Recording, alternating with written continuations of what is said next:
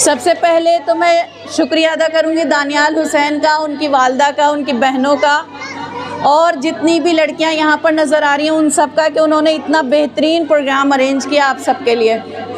आप सबको भी हमारी तरफ से आप सबको जश्न आज़ादी बहुत बहुत मुबारक हो। हम सब आज़ाद हैं, इस बात की अहमियत हमसे ज़्यादा कौन जान सकता है। जिस वक्त ये आज़ादी का ख्वाब देखा गया उस वक्त ये ख्वाब ही था, लेकिन हमारे बुज़ुर्गों ने अनथक मेहनत के बाद ये हमें पाकिस्तान लेकर दिया। हम उनका अपनी जानों का नजराना देकर भी शुक्रिया अदा नहीं कर सकते। आप सब यहाँ पर जो बैठी हैं, मैं सबसे पहले आप सबसे मुखातिब हूँ। मैं आप सबको बहुत बहुत मुबारकबाद पेश करती हूँ, सिर्फ़ इसलिए कि आप एक माँ हैं। आप एक माँ हैं, इसलिए आप सब मुबारकबाद के मुस्तहिक़ हैं। आप सब एक एज़ाज़ के मुस्तहिक़ हैं। और वो एज़ाज़ क्या है?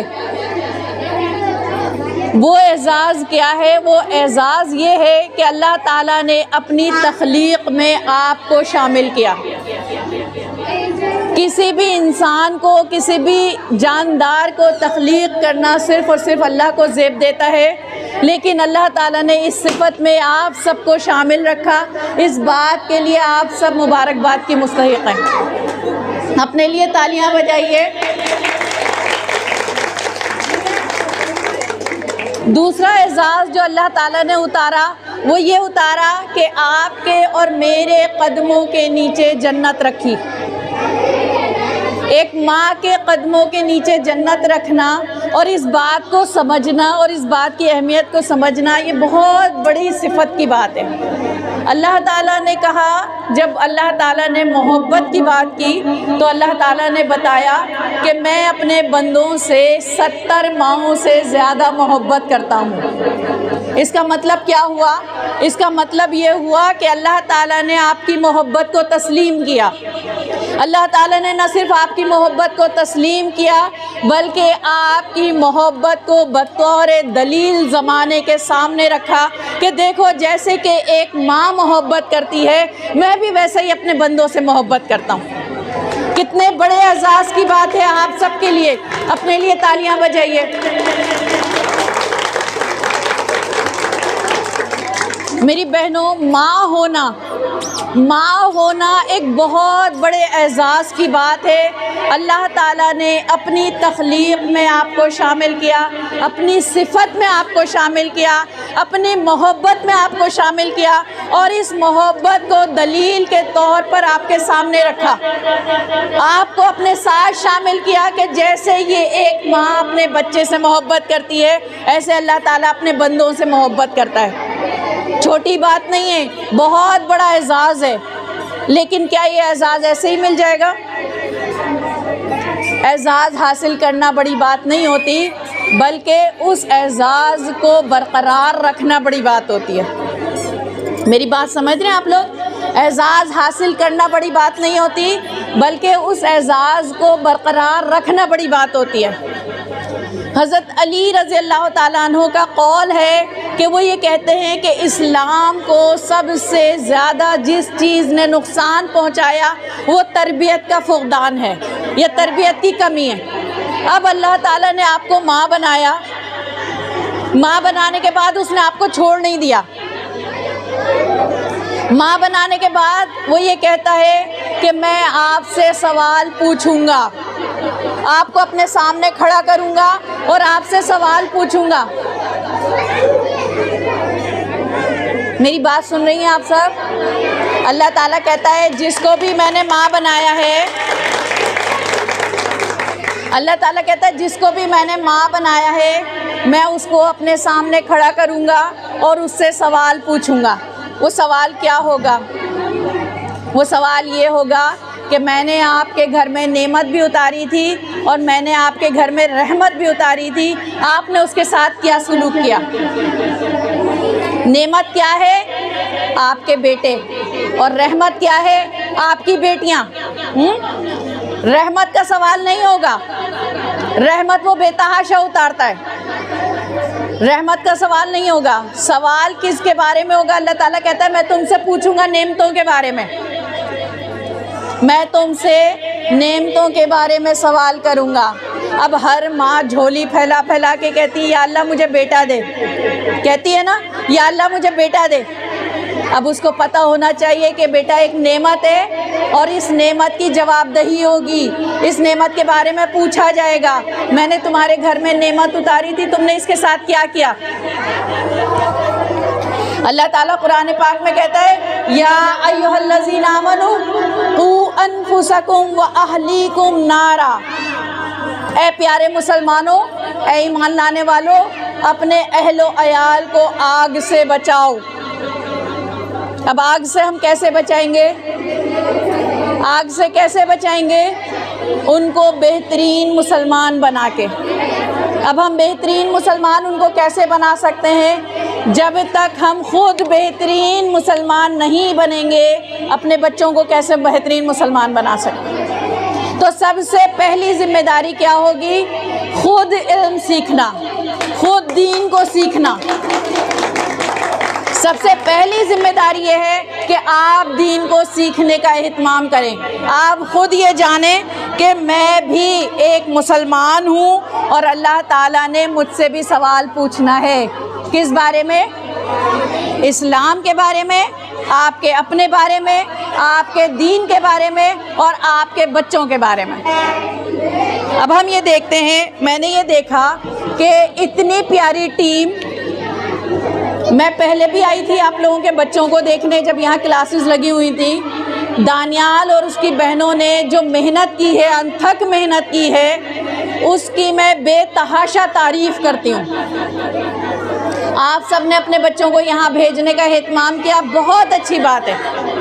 आपने दानियाल पर एतमाद किया, उसकी बहनों पर एतमाद किया, उसकी माँ पर एतमाद किया, उसके ट्यूशन सेंटर पर एतमाद किया, लेकिन उसके बाद आपकी ज़िम्मेदारी ख़त्म नहीं हो गई। उसके बाद आपकी ज़िम्मेदारी ख़त्म नहीं हो गई।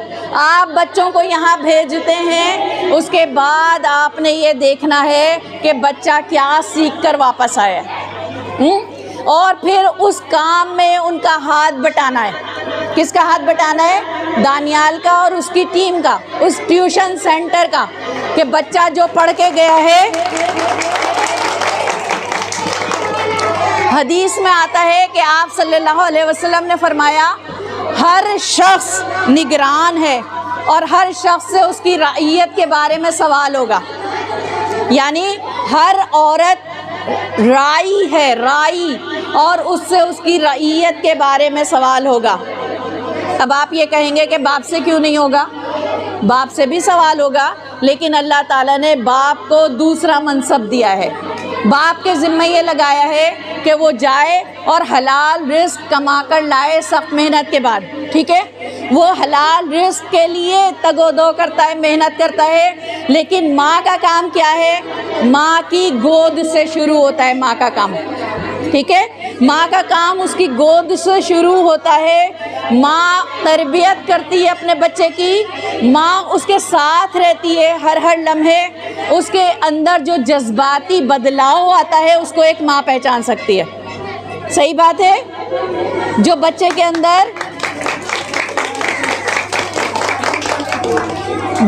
अंदर जो जज्बाती बदलाव आता है उसको सिर्फ माँ पहचान सकती है, बाप नहीं पहचान सकता।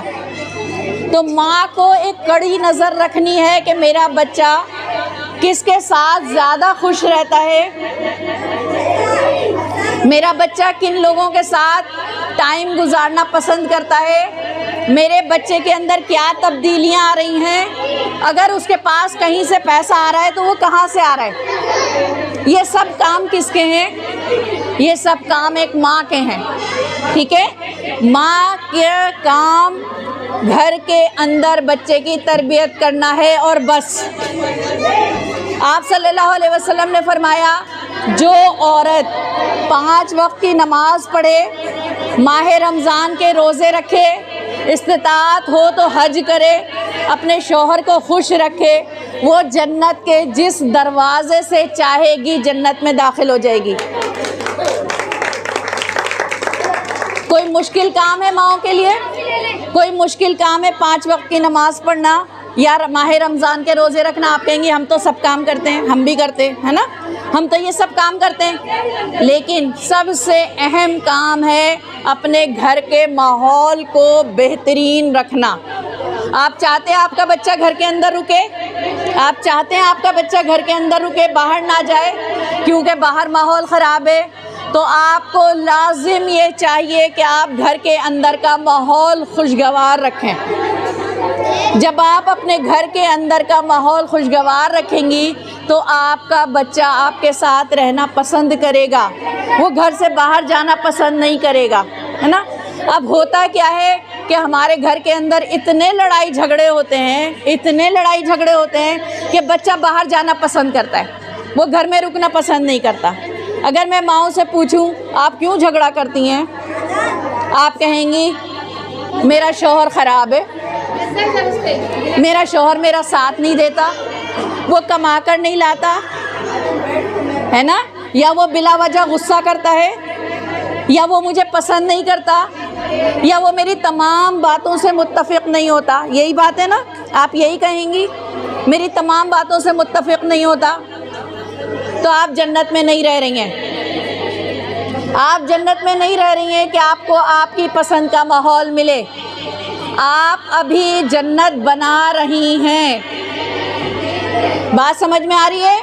आप अभी जन्नत बना रही हैं। आप अभी जन्नत में नहीं है कि आपको आपकी पसंद का माहौल मिलेगा। आपको आपकी पसंद का माहौल जन्नत में मिलेगा।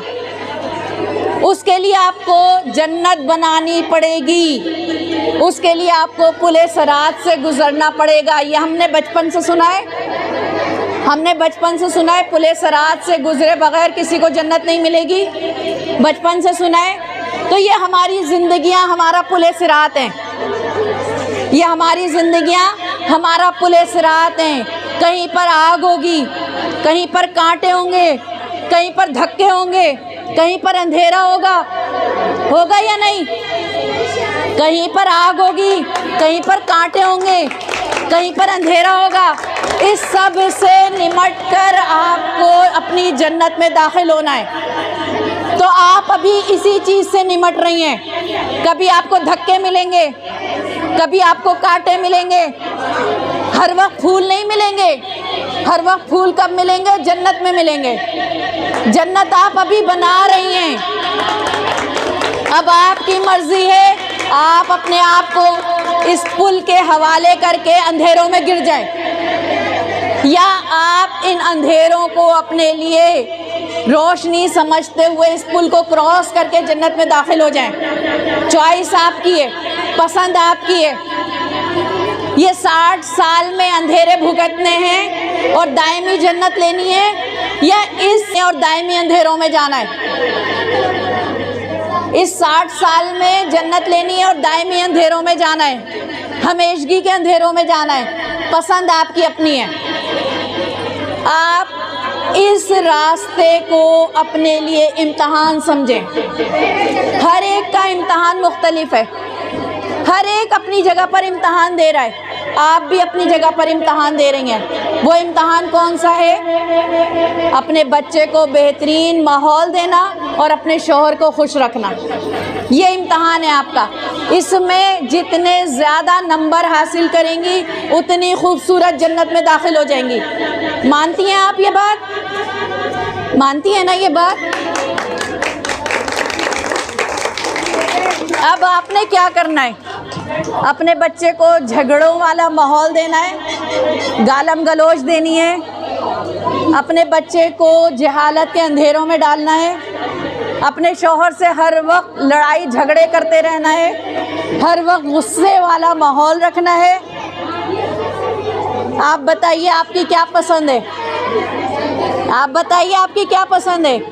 आपको ऐसा माहौल चाहिए? हमेशगी की जन्नतें किसको चाहिए? हमेशगी की जन्नतें किसको चाहिए? सब हाथ उठाइए, सब कहिए हम सबको चाहिए। अल्लाहुम्मा आमीन। हम सबको हमेशा की जन्नतें चाहिए। तो इस इम्तहान में पास होना होगा। इस इम्तहान में पास होंगी तो जन्नतें आपका मुकद्दर होंगी। ये कौन सा इम्तहान है? सबसे पहले ये समझना कि मैंने अपने घर में पुरसुकून माहौल रखना है, झगड़ा नहीं करना अपने शौहर से, अपने शौहर को खुश रखना है। ये बाज़ार आपके लिए नहीं है, ये ठेले आपके लिए नहीं है, ये महफिल आपके लिए नहीं है। आपके लिए क्या है? आपका अपना घर। आपने किसको खुश रखना है? अपने घर को। जब आप अपने घर का माहौल खूबसूरत करेंगी, अल्लाह आपसे राज़ी होगा। जब आप अपने घर में खुशियाँ लाएंगी, अल्लाह आपको खुश रखेगा। जब आप अपने बच्चों की तरबियत में अपना हिस्सा डालेंगी, अल्लाह आपसे राज़ी होगा। बच्चों की तरबियत में सबसे पहली चीज़ आपने क्या डालनी है? आप अपने बच्चे को सिखाएं कि वो कभी झूठ ना बोले। सबसे पहली बात जो आपने अपने बच्चे को सिखानी है वो ये सिखानी है कि वो कभी झूठ ना बोले। इस पर कभी कंप्रोमाइज़ नहीं करना है, ठीक है? आपका बच्चा कभी झूठ ना बोले। अब आप सब कहेंगे हम सब चाहते हैं हमारा बच्चा झूठ ना बोले। सब चाहते हैं ना? कौन कौन हाथ उठाएगा, कहेगा हम सब चाहते हैं कि हमारा बच्चा सच बोले। उसके लिए आपको सच बोलना पड़ेगा। आपका बच्चा जब सच बोलेगा, जब आप सच बोलेंगी। बच्चा वो काम करता है जो वो करते देखता है। जब वो देखेगा मेरी माँ किसी भी हाल में झूठ नहीं बोलती, तो वो अपना बड़े से बड़ा नुकसान बर्दाश्त कर लेगा, झूठ नहीं बोलेगा। और आप भी इसकी आदत डालेंगी कि अपना बड़े से बड़ा नुकसान कर लें, झूठ ना बोलें। सबसे पहली चीज़ जिसका सवाल होगा वो झूठ ही है। आप सल्लल्लाहु अलैहि वसल्लम से एक सहाबी ने पूछा, कोई एक ऐसी बात बता दें कि मैं वो कर लूँ और जन्नत में चला जाऊँ। आप सल्लल्लाहु अलैहि वसल्लम ने कहा, झूठ बोलना छोड़ दो। तो आपको सबसे पहले ये प्रैक्टिस करनी होगी कि आप झूठ ना बोलें। जब आप झूठ बोलना छोड़ देंगी, आपका बच्चा भी झूठ बोलना छोड़ देगा। दूसरी बात जो आपने अपने बच्चे को सिखानी है वो सिखानी है नमाज की पाबंदी। 5 वक्त की नमाज, आंधी आए तूफान आए, वो आपके बच्चे ने अदा करनी है। जब आप अपने बच्चे को नमाज का पाबंद बना देंगी, वो वक्त का पाबंद हो जाएगा। वो अपने रब को पहचानने लगेगा। उसको ये पता चलेगा मुझे कहीं पे खड़े होकर सवाल जवाब करने हैं। उसके लिए भी आपको सबको क्या काम करना होगा? खुद नमाज़ों की पाबंदी करनी होगी। जिस घर में जानमाज़ें बिछती हैं, माएँ दुपट्टा ओढ़ती हैं, उस घर के बच्चे खुद ब खुद छोटे छोटे कपड़े लेकर जानमाज़ें बिछाना शुरू कर देते हैं। एग्री हैं? तालियां बजा के बताएं। आप नमाज की पाबंदी करेंगी, आपका बच्चा खुद नमाज की पाबंदी करेगा। तीसरी बात यह कि अपने बच्चे को क्या सिखाना है? मेहनत।